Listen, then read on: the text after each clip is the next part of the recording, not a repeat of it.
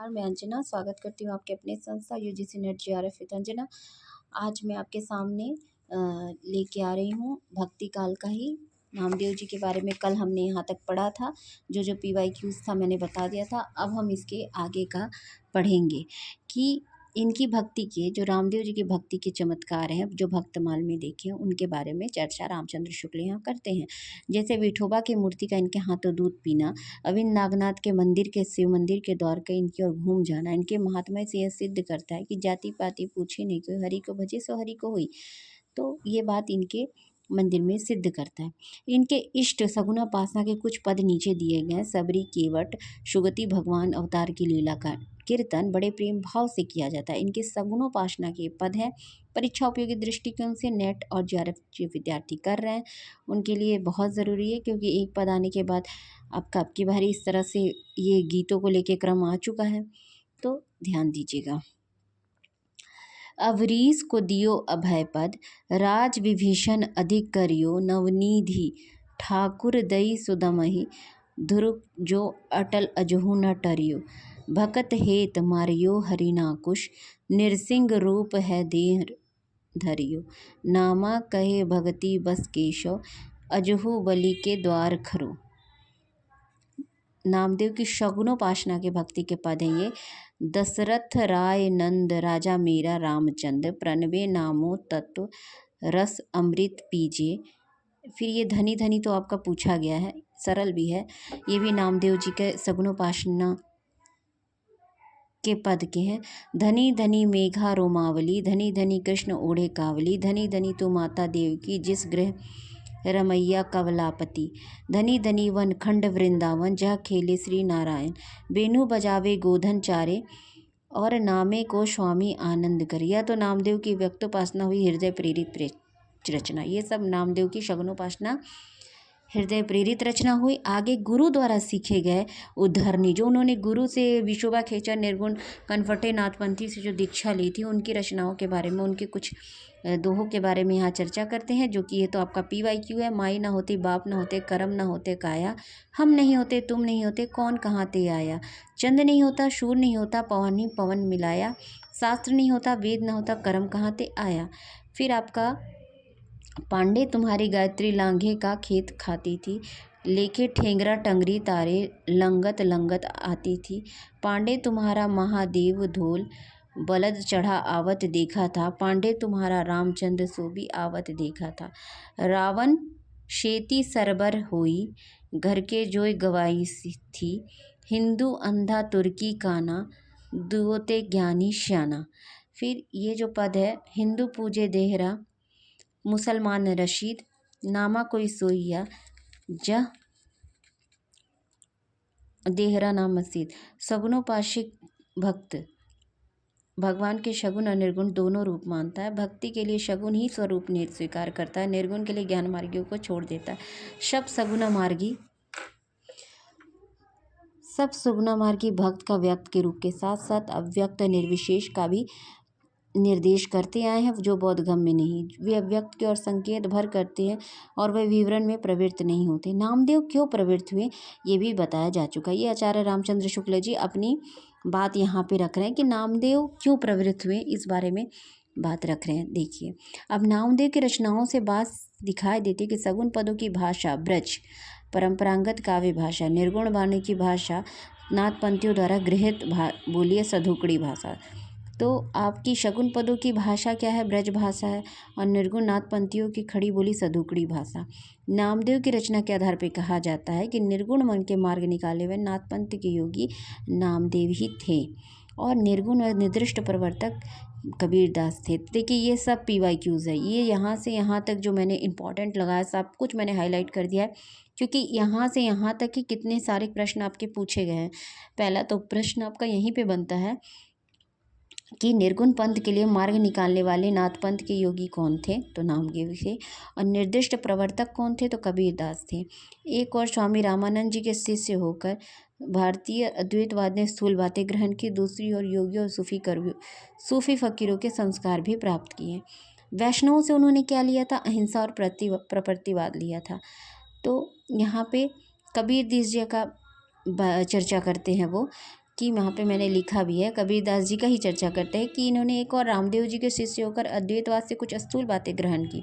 दूसरा उन्होंने क्या किया, दूसरी ओर इन्होंने योगी और सूफियों फ़कीरों से संस्कार प्राप्त किए, वैष्णवों से अहिंसावाद और प्रकृतिवाद लिए। इसी के साथ उनका निर्गुणवाद वाले दूसरे संतों के वचनों से भारतीय अद्वैतवाद की झलक मिलती है। तो कहीं योगियों के नाड़ी चक्र की, तो कहीं सूफियों से प्रेम तत्व की, तो कहीं पैगंबर कट्टरवाद की, कोई कहीं अहिंसावाद की। फिर आपका ये भी प्रश्न पूछा गया PYQ है कि तात्विकता से तो हम इन्हें पूरे अद्वैतवाद कह सकते हैं, ना ही कह सकते हैं, ना ही एक ईश्वरवादी। ये किसके बारे में कहा जा रहा है, तो कबीरदास जी के बारे में कहा जा रहा है। किस प्रकरण से कहा जा रहा है, तो भक्ति काल के प्रकरण से कहा जा रहा है। दोनों का मिला जुला भाव इनकी वाणी में मिलता है। इसका लक्ष्य एक ऐसी सामान्य भक्ति पद्धति का विचार प्रचार था जिसमें हिंदू और मुसलमान दोनों योग दे सके और भेदभाव के कुछ परिहार हो। बहुदेवोपासना, अवतार, मूर्ति पूजा का खंडन ये मुसलमानी जोश के साथ करते थे। मुसलमानों की कुर्बानी और नवाज रोजा के असरता दिखावे, ब्रह्म, माया, जीव, अनहद नाद, सृष्टि प्रलय आदि पर चर्चा पूरे ब्रह्म ज्ञानी बनकर किया करते थे। सारांश यह है कि ईश्वर पूजा भिन्न भिन्न ब्रह्म विधियों से ध्यान हटाकर, जिसके कारण धर्म में भेदभाव फैला हुआ था, ये शुद्ध ईश्वर और प्रेम के सात्विक जीवन का प्रचार करना चाहते थे। तो ये पूरा कोटेशन ही आपका कबीरदास को लेकर के है। सब पूछा गया, ये भी आपका पूछा गया, ये भी पूछा गया और ये भी पूछा गया। अब इसमें से आपको क्या पूछा गया, किस किस चीज़ का खंडन करते थे, तो पता है हमें। बहुदेवोपासना, अवतार, मूर्ति पूजा का भी ये मुसलमानी जोश के साथ करते थे। मुसलमानों की कुर्बानी, नमाज और रोज़ा के असरता दिखाते हुए पूरे माया, जीव, अनहद नाद, सृष्टि प्रलय आदि की चर्चा भी पूरे ब्रह्मज्ञानी बनकर करते थे। सारांश यह है कि ईश्वर पूजा की और भिन्न भिन्न ब्रह्म विधियों से ध्यान हटाकर धर्म का भाव फैला हुआ था। ये शुद्ध ईश्वर प्रेम और सात्विक जीवन का प्रचार करना चाहते थे। इस प्रकार देश के सगुण और निर्गुण के नाम पर भक्ति काव्य की दो धाराएं विक्रम के 15वीं शताब्दी के अंतिम भाग से लेकर 17वीं शताब्दी समानांतर तक चलती रही। तो यहाँ पे रामचंद्र शुक्ल कह रहा है कि जिस तरह से कबीरदास का वर्णन करते हैं, इसीलिए पैराग्राफ ज़्यादा इम्पोर्टेंट हो जाता है। इस बात को ये इतना जो ये यहाँ पे अपना वर्णन किए क्यों किए, ये यहाँ लिखते हैं कि इसी प्रकार सरगुण और निर्गुण के नाम पर भगवान की दो धाराएं विक्रम की 15वीं शताब्दी के अंतिम भाग से लेकर 17वीं शताब्दी के अंत तक समानांतर चलती रही। तो ये पूरा जो आचार्य रामचंद्र शुक्ल जी ने कहा, इसीलिए इन्होंने हिंदी का इतिहास इतना महत्वपूर्ण नहीं है। एक एक बात की पुष्टि आचार्य रामचंद्र शुक्ल करते हैं। उन्होंने निर्गुण धारा की दो शाखाओं का भी यहाँ जिक्र किया, एक तो ज्ञानाश्रय शाखा, दूसरी प्रेम मार्गी शाखा, सूफियों की शाखा, जिसके बारे में विस्तार से हम आगे पढ़ेंगे। पहली शाखा भारतीय ब्रह्म ज्ञान योग साधना को लेकर सूफियों के प्रेम तत्व को मिलाकर उपासना के क्षेत्र में अग्रसर हुई। शगुन के खंड में जोश के साथ तत्पर रही, जिस जोश के साथ पैगंबरी मत। तो दो तरह की धाराएं हैं और पहली शाखा ब्रह्म ज्ञान योग साधना को लेकर सूफियों के प्रेम तत्व को मिलाकर उपासना की ओर अग्रसर हुई। शगुन के खंडन में उसी जोश के साथ तत्पर भी रही। तो जोश के साथ पैगंबरी मत, बहुदेवोपासना, मृत्यु पूजा आदि का खंडन में रहते हैं। तो इनकी शाखा की रचनाएं साप्ताहिक नहीं है, फुटकर दोहों तथा पदों में है, जिनकी भाषा और शैली से अव्यवस्थित तथा उटपटांग है। तो यहाँ से यहाँ ज्ञानाश्रय शाखा के संबंध में इन्होंने कहा है आचार्य रामचंद्र शुक्ल में, और तो इस बात को आप ध्यान रखिएगा। तो मैंने यहाँ से यहाँ इंपॉर्टेंट हाईलाइट भी कर दिया है। अब ये प्रेमाश्रय शाखा के बारे में जो भी कहेंगे वो भी मैं आपको बताऊँगी। तो ज्ञानाश्रय शाखा के बारे में ये कहते हैं कि ब्रह्म ज्ञान और योग साधना को लेकर सूफियों का प्रेम तत्व मिलाकर उपासना के क्षेत्र में अग्रसर हुई। तो सगुन के खंडन में उसी जोश के साथ तत्पर रही, जिस जोश के साथ पैगंबरी बहुदेवोपासना, मूर्ति पूजा आदि के खंडन में रहते हैं। इनकी शाखा की रचनाएं साहित्यिक नहीं है, फुटकल दोहों तथा पदों के रूप में, जिसकी भाषा ज्ञानाश्रय शाखा के बारे में कहते हैं, जिसकी भाषा अधिकतर शैली अव्यवस्थित तथा उटपटांग है। इस बात की भी पुष्टि करते हैं। कबीर एक दो प्रतिभासन्न संतों को छोड़कर औरों को ज्ञान मार्गी सुनी सुनाई बातों का विशेषीकरण और हठयोग की बातों से कुछ रूपक भद्दी तुकबंदियों में है। भक्ति रस में मग्न करने वाली सरसता भी बहुत कम पाई जाती है।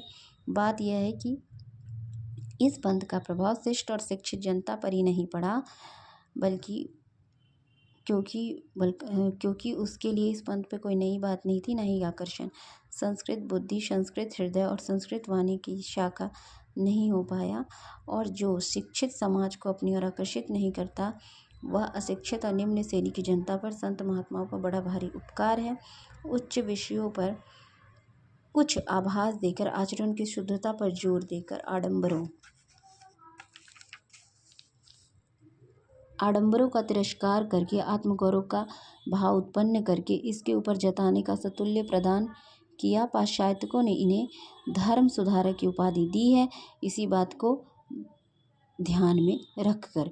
अब इसके बाद का मैं दूसरे वीडियो में दिखाऊंगी, क्योंकि अब ज़्यादा कुछ बचा नहीं है। तो नेक्स्ट वीडियो जो मैं डाउनलोड करूंगी, तो इसके बाद हमारा भक्ति काल खत्म हो जाएगा। उसके बाद हम निर्गुण धारा में चले जाएंगे। ठीक है, अभी तक के लिए धन्यवाद। फिर मिलते हैं आपसे अगले ही वीडियो में।